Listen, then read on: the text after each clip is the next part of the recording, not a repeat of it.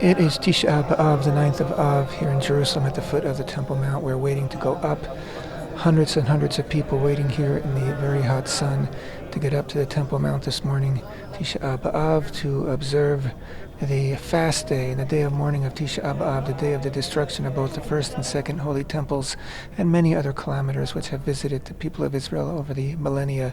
Here we are walking up the rickety wooden ramp, which just recently has been condemned basically by a Jerusalem engineer, a Jerusalem municipal engineer, who said it really needs to be rebuilt. It was temporary to begin with, and the wood is getting to be a little bit scary. Here we see below people at the Kotel, at the western wall, also praying here on Tisha b'Av.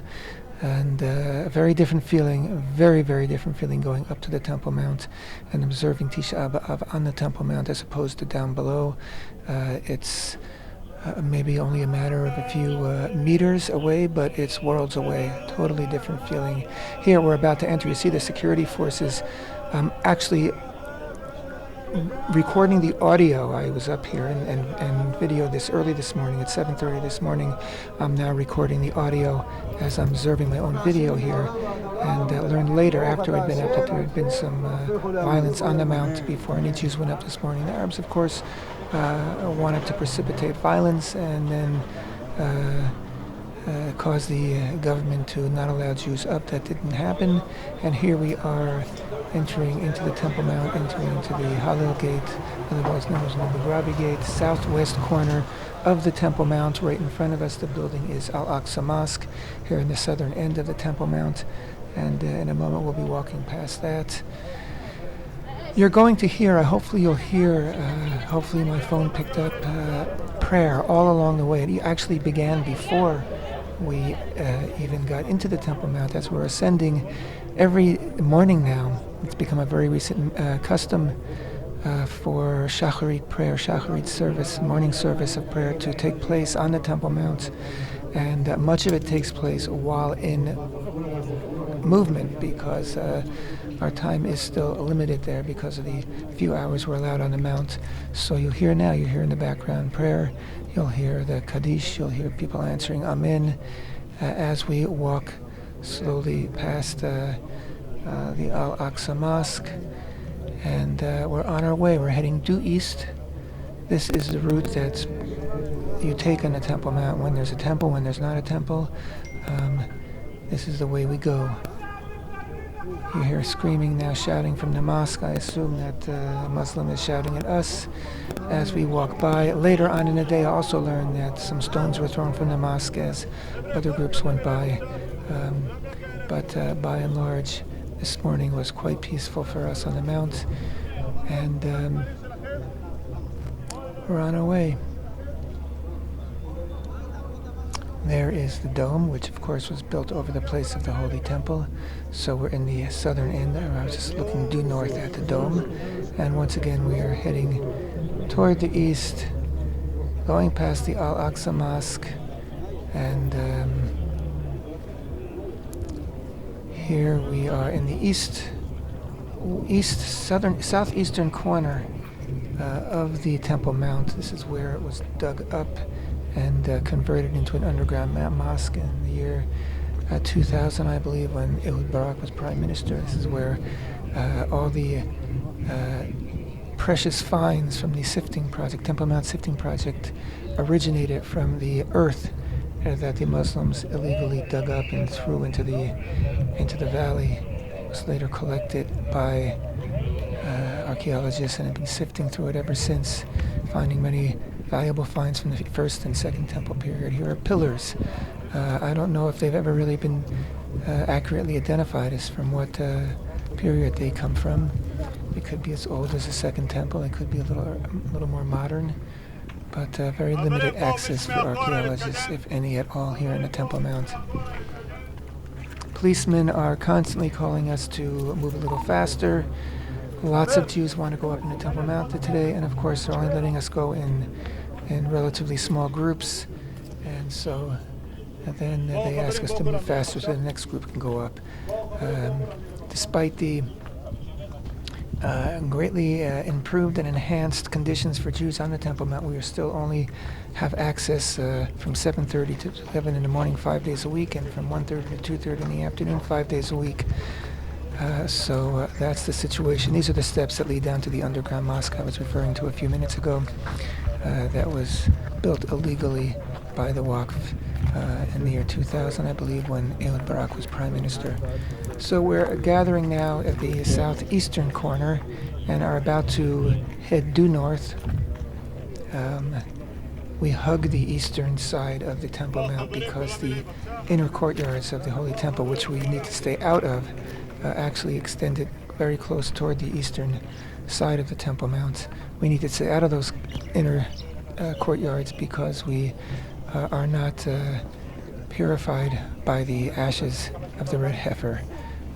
Everyone who's up with us today has gone to a mikveh and is following all the instructions, all the halachic instructions for proper conduct on the Temple Mount for Jews.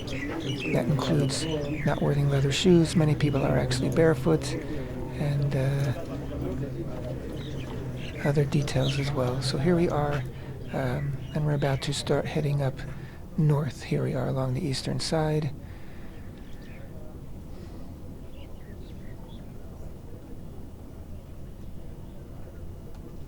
In a minute, we are going to stop in an area that is due east of where the temple stood. We'll see it in just a moment. And that has become a traditional spot, a modern tradition to stop there for prayer. And you see I'm going to use the camera and just peek out into the Mount of Olives, due east. The Mount of Olives, and that, of course, is where the red heifer was actually slaughtered and prepared, the ashes prepared, high up on the Mount of Olives, direct eye contact right into the open gateways of the Holy Temple when they prepared the ashes. So here we are congregating due east, and it's very significant due east because if the temple were standing today, we would be standing right outside of the women's court, which is the outer of all the, most eastern of all the inner temple courtyards. And if those outer courtyard doors were open, we'd be looking straight in. And if the inside Nicanor gates were open, the Nicanor gates which divided the women's court from the inner court were open, we'd be looking into the inner court where we'd see the altar, the Mizbeach, we'd see the Kohanim, the temple priests, bringing offerings up to the altar. And past the altar, we would see the great opening, the great doorway of the sanctuary of the Holy Temple, the Kodesh of the Holy Temple. And beyond that, if we could see into the holy sanctuary of the Holy Temple, we'd see the Kohanim tending to the golden menorah, the golden table of the showbread, the golden incense offering, and beyond that we would see the massive parochet, the massive curtain with the woven into it the kruvim, the cherubim. And of course beyond that, which we wouldn't see, would be the Holy of Holies and the Ark of the Covenant. So right now, we're due east. Now usually, lately we've been given time here, 10 minutes or more to pray as a quorum, as a minyan, and they're rushing us today because I said the great number of people that want to go up. This woman is arguing. Her argument is that they let hundreds of thousands of Muslims up for unlimited times without a problem, so why can't we have a few minutes here to pray? Of course she's completely right, and of course the policeman, can't change that situation. All he can do is try to follow the orders that he's been given. You see the man in the distance there, looks like a Muslim cleric. I don't know what he's doing here. Maybe he's taking our pictures. I'm sure doesn't look too happy that we're here praying.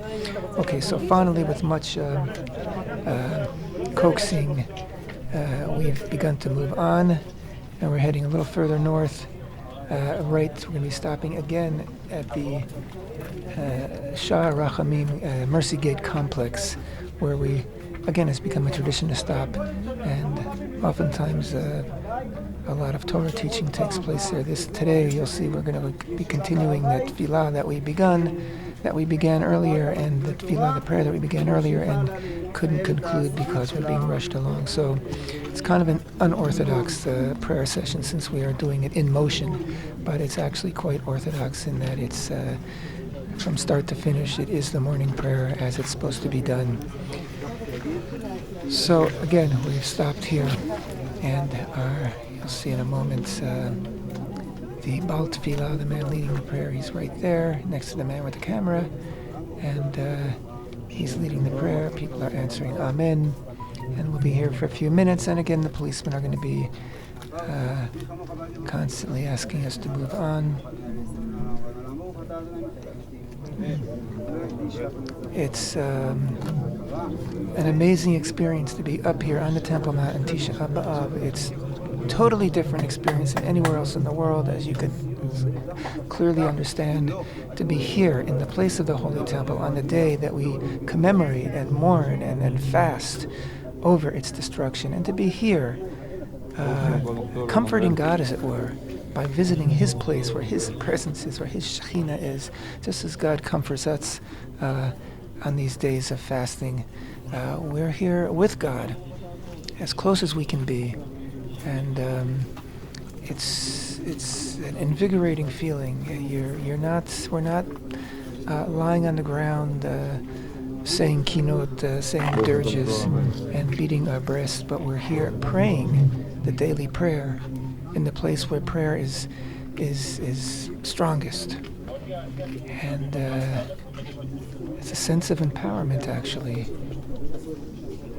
Being in the right place, the right time, with determination in our hearts to rebuild the Holy Temple, not dwelling on the destruction of 2,000 years ago, but looking and facing toward the future, which hopefully will be soon, when we rebuild the Holy Temple, and all of Am Yisrael, all the people of Israel, all the nations will be up here, united in the presence of Hashem, the presence of God. So we're continuing on our way now, heading toward the northern end of the Temple Mount, and soon we will be north of all the inner temple courtyard areas and heading due west. This is the Mercy Gate complex behind us. You see the many soldiers in front there, and it's not soldiers, actually policemen. And here we are moving on.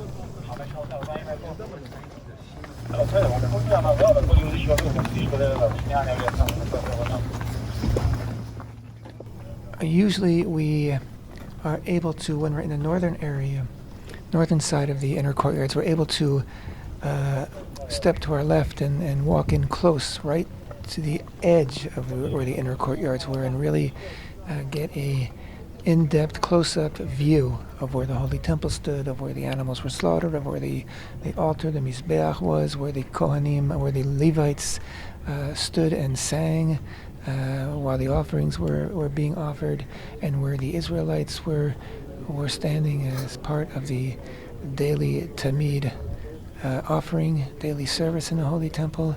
Today, we won't be going there because of the time factor. All in all, I say we're probably about 35 minutes on the Temple Mount, and we usually have more time than that. And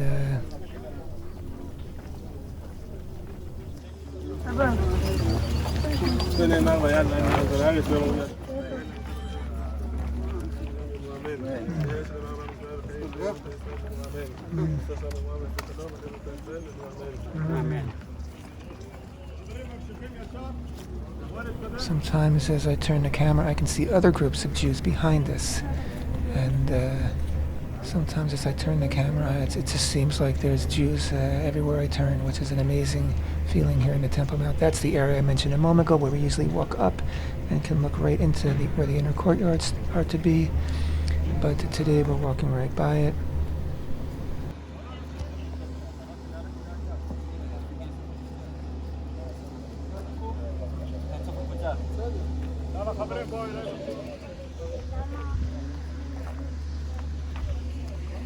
Tremendous opportunity up here to pray for the health of loved ones and friends, and to pray for good things for the people of Israel, good things for the world, for peace, for prosperity, for health, for the entire world.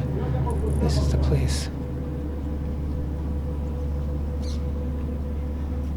So we're approaching the western end of the Temple Mount, and we're about to turn southward for the final leg of our time here up in the mount.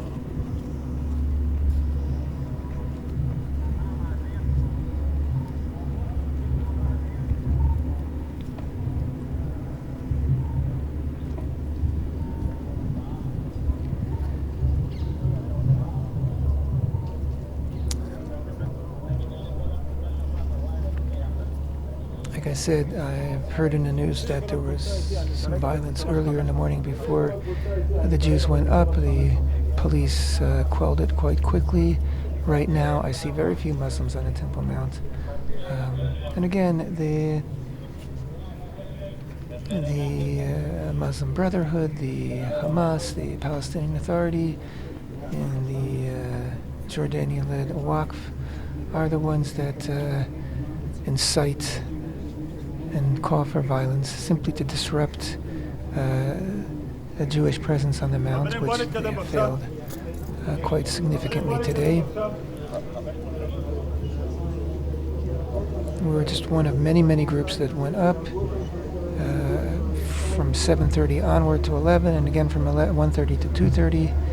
As I said before, over 1,300 Jews were on the Mount this morning, and I saw a video earlier from the afternoon, and it looked like large groups were already up in the afternoon, even though there was only an hour to be on the Mount in the afternoon. So we're heading north to south along the western edge of the Temple Mount. We're about to be passing right by the back end, the western end of the Holy Temple, where the Holy Temple stood, which actually was the end of the Holy Temple in which the Holy of Holies was situated. Holy of Holies, of course, was situated on top of the Even HaShtiyah, the foundation stone, and upon the foundation stone sat the Ark of the Covenant.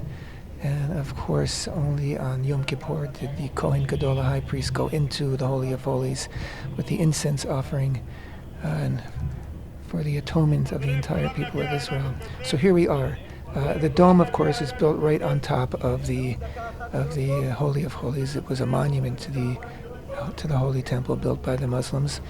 And so usually we have time here again to stop and to pray, and many people take photographs here, but we're being rushed along. And here we're standing. If we were up on those steps, that's about as close as we can go. We'd be as close as we could possibly be to the Holy of Holies, even in the time of the temple, even if we were purified with the ashes of the red heifer, because only the Kohen Gadol really can approach it any closer than we could if we were standing at those bottom steps that lead up to where the Holy of Holies was. People are taking their last moments on the Temple Mount today as we are being rushed along.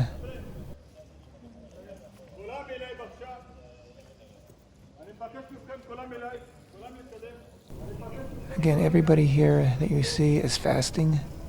It's still early morning, but many people came from afar to be here. And the temperature is supposed to reach 36 degrees Celsius today, which I don't know, is 100 something in the Fahrenheit perhaps. So it's quite hot. So it's a pretty serious effort to get here, to be here on Tisha b'Av this year on the Temple Mount. As we start to exit the Mount, which we're about to do, people begin to turn to face where the Holy Temple stood and back out of the Mount. That's the halachic way, that's the proper way of leaving the Temple Mount, not to turn our backs to the Holy Temple, but to slowly back out.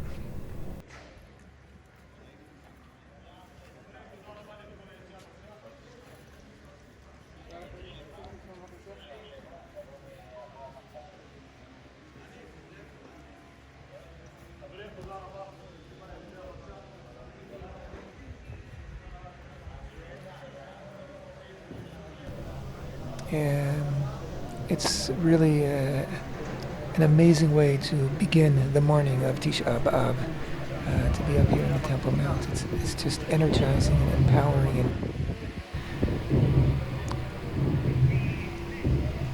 So here we are stepping out of the Temple Mount.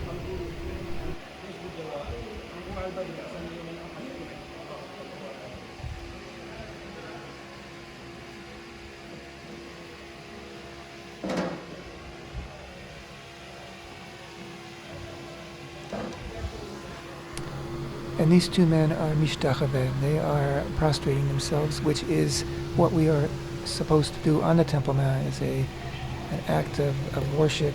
Please don't allow it, despite the loosening up of the prayer on the Mount. Please still are not allowing us to prostrate ourselves. Hopefully that will change in the very near future. But it is an ancient custom from temple days that should be observed even today. So here we are. Outside of the mount now, still looking in, but actually outside. And thank you for joining me this morning here on the Temple Mount, Tisha b'Av, the 9th of Av. May it be our last 9th of Av as a day of mourning and fasting. As the prophet Zechariah said, that the fast days of the 1st and the 10th and the 4th and the 5th, which are the 4 fast days that we fast during the year, concerning the destruction of the Holy Temple, that they will all become days of festivity and joy in the future. May it be soon. And may we rebuild the Holy Temple soon. Thank you.